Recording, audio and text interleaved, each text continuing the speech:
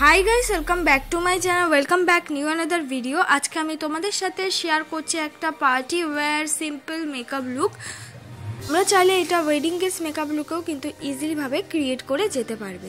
ফার্স্টেই আমি ইউজ করে নিলাম হলো ডাবার গোলাবেরি রোজ ওয়াটার, যেটা কিনা তোমরা ব্লু হ্যাভেনের রোজ ওয়াটার, যেটা তোমরা 60 রুপিসের আন্ডারে অ্যাভেলেবেল পেয়ে যাবে। তারপর আমি ইউজ করছি হলো পন্স জেল ময়শ্চারাইজার, যেটাও কিনা তোমরা 60 রুপিসের আন্ডারে অ্যাভেলেবেল পেয়ে যাবে। যেহেতু আমার তাই একটা জেল ওয়াইজ ময়শ্চারাইজার কিন্তু আমি সবসময় ইউজ করার চেষ্টা করি। তারপর আমি ইউজ করছি ব্লু হ্যাভেনের প্রাইমার, যেটা কিনা তোমরা 150 রুপিসের আন্ডারে অ্যাভেলেবেল পেয়ে যাবে। প্রাইমারটা ইউজ করা খুবই ইম্পর্টেন্ট আমাদের মেকআপটাকে সফট করার জন্য আর স্কিনটাকে একটু হলেও প্রোটেক্ট করার জন্য কিন্তু আমরা প্রাইমার ইউজ করে থাকি, তাই তোমরাও কিন্তু প্রাইমারটা ইউজ করবে। এবার আমি আইব্রোটা ড্র করে নেব। আইব্রোটাকে ড্র করার জন্য আমি 5 টাকা দামের একটা ব্লু হ্যাভেনের কাজল ইউজ করেছি, আর সেই কাজলটা দিয়েই একটা অ্যাঙ্গেল ব্রাশ দিয়ে আমার আইব্রোটাকে সুন্দর করে ড্র করে নিচ্ছি। আমার আইব্রো শেপ অনুসারে কিন্তু আইব্রো ড্র করব, তোমরাও তোমাদের আইব্রো শেপ অনুসারে আইব্রোটাকে ড্র করবে। আগে পেছন দিকটা করবে, তারপর আস্তে আস্তে কিন্তু সামনের দিকে আইব্রোটা ড্র করতে করতে নিয়ে আসবে। দেখো আমি আগে পেছনের শেপটা ক্লিয়ার করে কাট করে নিচ্ছি, আর যে অল্প পরিমাণ কাজল ব্রাশে লেগে আছে সেটা কিন্তু আস্তে আস্তে আমি সামনের দিকে নিয়ে আসছি। এবার স্কুলি ব্রাশ দিয়ে ভালো করে আমার আইব্রোটাকে আমি কম করে নেব। স্কুলি ব্রাশ দিয়ে আইব্রো কম করতেই হবে। অনেকের কাছে স্কুলি ব্রাশ অ্যাভেলেবেল নাও থাকতে পারে, তারা এমন ধরনের আইব্রো পেন্সিল কিনতে পারো যার পেছনে অল্প পরিমাণ ব্রাশ থাকে, সেটা দিয়েও কিন্তু তোমাদের আইব্রো তোমরা ড্র করার পর সুন্দর করে ব্লেন্ড করে নিতে পারবে। ব্লেন্ড করলে কিন্তু একদমই ন্যাচারাল লাগে। তারপর আমি ব্যবহার করছি সুইস বিউটির কনসিলার। সুইস বিউটির কনসিলারটা আমি একটা ফ্ল্যাট ব্রাশ দিয়ে এমন করে ব্যবহার করছি যেন নিচের দিকের আইব্রোটা আমার কাট হয়ে যায়। যেহেতু আমার আইব্রোটা বিগিনারদের মতন কোনো রকম কিন্তু ফ্ল্যাগ করা নেই, তাই নিচের দিকেও কিন্তু কাট হয়ে যাবে। আমি এইভাবেই ইউজ করলাম কনসিলারটা, প্লাস আমার আইলিটেও কিন্তু কনসিলারটা অ্যাপ্লাই করে নিলাম। তোমরাও কিন্তু এই ট্রিক্সটা করতে পারো। হয়তো মনে হচ্ছে যে ওপর দিকটা আমি কাট করবো না, আমার ওপর দিকটা শেপ আছে, ঠিক আইব্রোটা নিচের দিকটা করলেই হবে, তো নিচের দিকটা আমি করলাম, প্লাস একটুখানি কনসিলারও কিন্তু আইলিটে লাগিয়ে নিলাম যাতে আমাদের আইশ্যাডো করলে সুন্দর লাগে।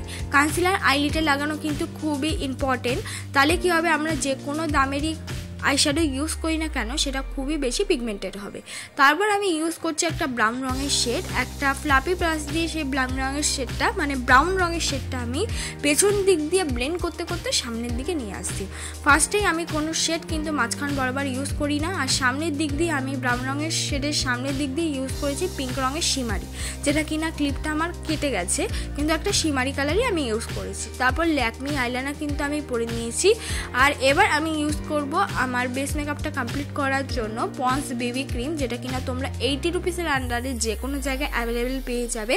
যাদের স্কিন খুব ড্রাই তারা কিন্তু প্রাইমারের আগে সিরামও ইউজ করে নিতে পারো, তাহলে কিন্তু আরও সুন্দর করে তোমরা যে কোনো প্রোডাক্ট ব্লেন্ড করতে পারবে।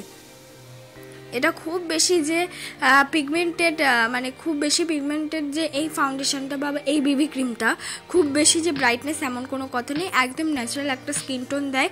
ইজিলিভাবে তোমরা হালকা মেকআপের ওপর একটা সুন্দর আই লুক আর লিপস্টিক পরলেই কিন্তু খুব সুন্দর লাগে। এই যে স্কিন টোনটা ওরা দেয়, দেখো আমি সুন্দর করে ব্লেন্ড করে নিয়েছি। এবার আমি ইউজ করছি হলো সুইস বিউটির কনসিলার। একদম নিচের দিক দিয়ে কনসিলারটা অল্প পরিমাণ ইউজ করছি, বেশি পরিমাণ ইউজ করলে কিন্তু আমাদের হোয়াইটটা বেশি হয়ে যাবে আর ব্লেন্ড করতেও কিন্তু অসুবিধা হবে, তাই সুইস বিউটির কনসিলার সবসময় তোমরা অল্প পরিমাণ ইউজ করবে।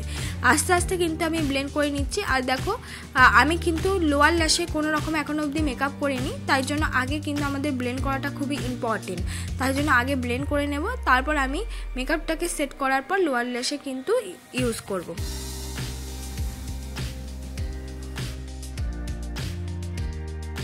তারপর কিন্তু আমি পাউডার দিয়ে আমার মেকআপটাকে সেট করে নিয়েছিলাম। এবার আমি লোয়ার লেশে একটা ব্রাউন রঙের শেড কিন্তু ব্লেন্ড করে নিচ্ছি, একদম একটা হালকা কালারের শেড। তোমরা সবসময় চেষ্টা করবে যে একটা হালকা রঙের আইশ্যাডো অ্যাপ্লাই করা, তাহলে সবার সাথে কিন্তু আই লুকটা চলে যাবে। এবার নাকটাকে আমি কন্ট্রোল করে নেব, কিন্তু গালটাকে আমি কন্ট্রোল করব না। একটা ব্রাউন রঙের শেড দিয়ে কিন্তু আমি হালকা পাতলা করে নাকটাকে কন্ট্রোল করে নিলাম। তোমরা এটা স্কিপ করতে পারো বা নর্মাল একটুখানি ব্রাউন রঙের শেড দিয়েও নাকটাকে কন্ট্রোল করতে পারো। এবার আমি লাগিয়ে নিলাম হলো ব্লাশ। নর্মালি একটা পিঙ্ক কালার ব্লাশ আমি অ্যাপ্লাই করেছি। তোমরা চাইলে liquid lip and cheek tint বা তোমাদের ইচ্ছে মতন যে কোনো লিকুইড লিপস্টিক ইউজ করতে পারো। ম্যাটটা ইউজ করে না, ব্লেন্ড করতে অসুবিধা হবে, মেকআপটাকে সেট করার আগে ইউজ করবে। এবার আমি লাগিয়ে নিলাম হলো মাস্কারা। আমি স্কাই হাইয়ের মাস্কারাটা ইউজ করলাম, যেটা কিনা 150 রুপিসের আন্ডারে অ্যাভেলেবেল পাওয়া যায় যে কোনো অনলাইন বা অফলাইনে। আর এটা খুব ভালো মাস্কারা, অনেকটা পরিমাণ কোয়ান্টিটি থাকে, অনেক দিনও তোমাদের চলে যাবে। দেখো আমি মাস্কারাটা এমনভাবে ইউজ করছি যাতে আমার কোনো রকম আইল্যাশের প্রয়োজন না পড়ে।